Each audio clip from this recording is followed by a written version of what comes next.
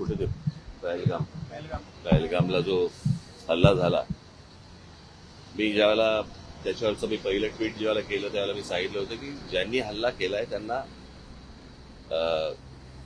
ते अतिरेकी दहशतवादी जे कोणी असतील त्यांना आपण धडा शिकवला पाहिजे आणि अत्यंत कठोर असा की त्यांच्या पुढच्या पिढ्यांना लक्षात राहायला पाहिजे. पण दहशतवादी हल्ल्याचं उत्तर युद्ध नसतं,